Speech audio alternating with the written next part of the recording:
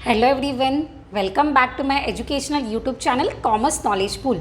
मैं हूं प्रोफेसर दिशिता सेठिया और हम पढ़े 12th स्टैंडर्ड का इकोनॉमिक्स चैप्टर नंबर 1, जहां पे आज हम स्टडी करेंगे features of macro economics.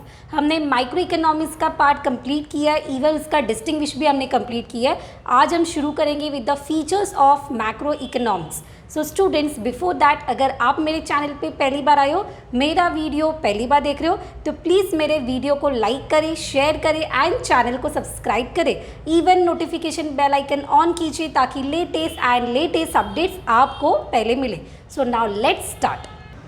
So now first of all understand what is macro economics. हमने पहले के वीडियो में कंसीडर तो किया है, समझा भी है कि मैक्रो इकोनॉमिक्स क्या होता है। In short, macro economics is study of entire economy. अगर हमने नेशनल इनकम के बारे में स्टडी की, टोटल एम्प्लॉयमेंट की स्टडी की, टोटल डिमांड की स्टडी की, टोटल सप्लाई की स्टडी की, बिजनेस साइकिल की स्टडी की, तो वो कौन सा स्टडी होगा? Study of macro economics. तो मैंने यहाँ पे लिखा है branch of economy which analyses entire economy as a whole. So now let's understand with point number 1। So first point, study of aggregates. Aggregate का मतलब क्या होता है स्टूडेंट्स? एग्रीगेट मतलब total.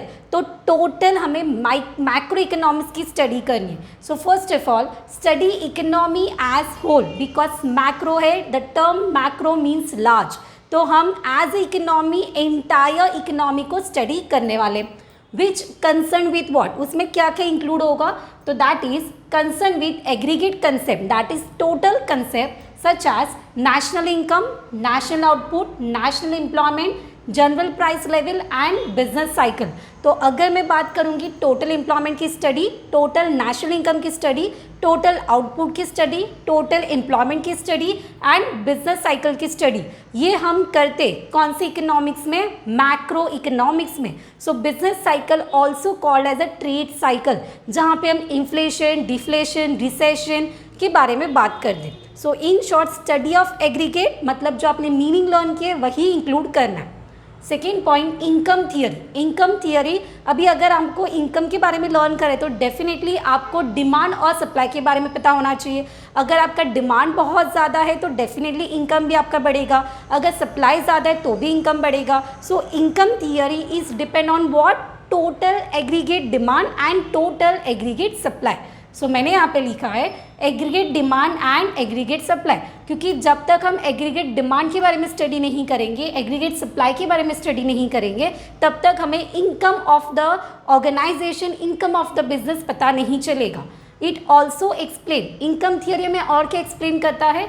It explain fluctuation in national income.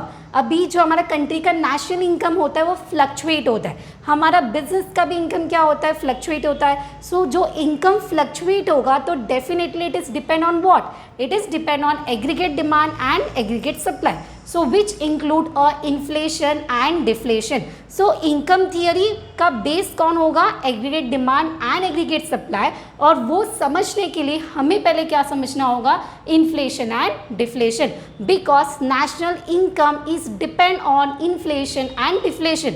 हमारे country का जो national income होता है वो सेम नहीं होता है, it's get fluctuate, it gets change. But वो कब होगा, कैसे पता चलेगा? तो by two factors, inflation and deflation.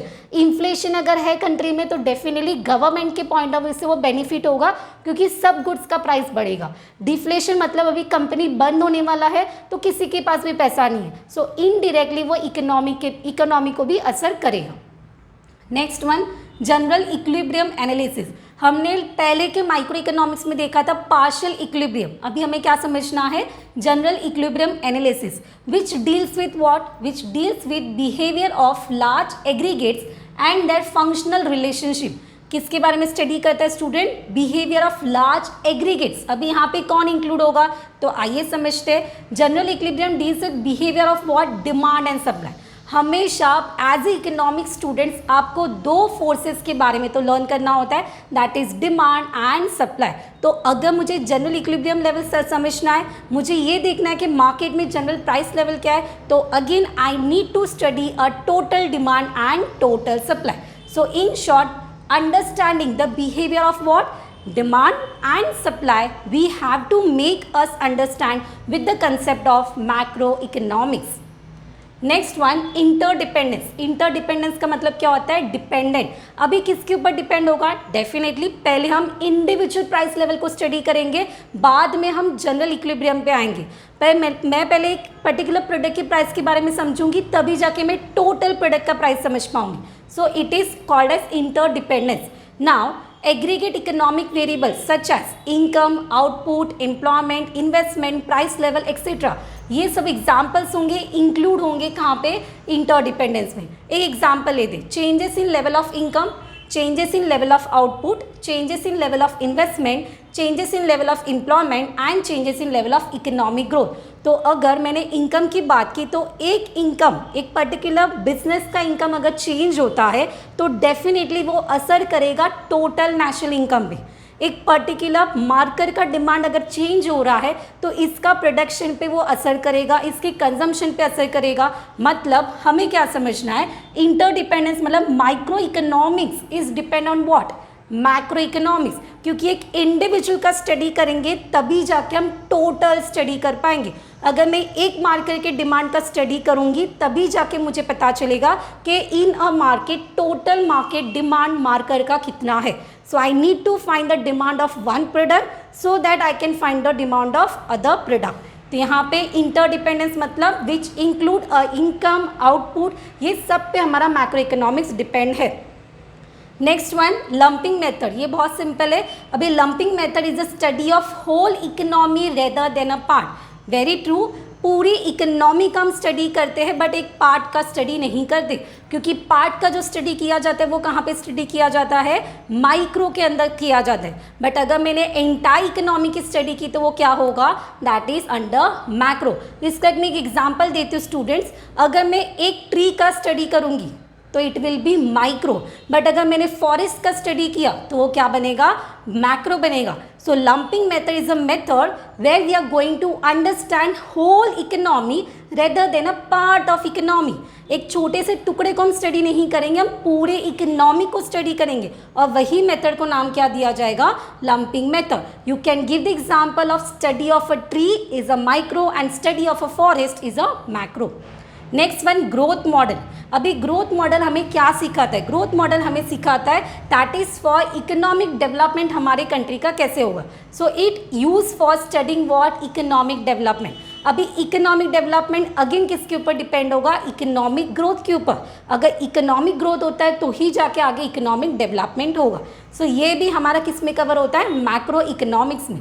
Next one general price level, which include a level is the average of all prices of goods and service currently being produced in the economy.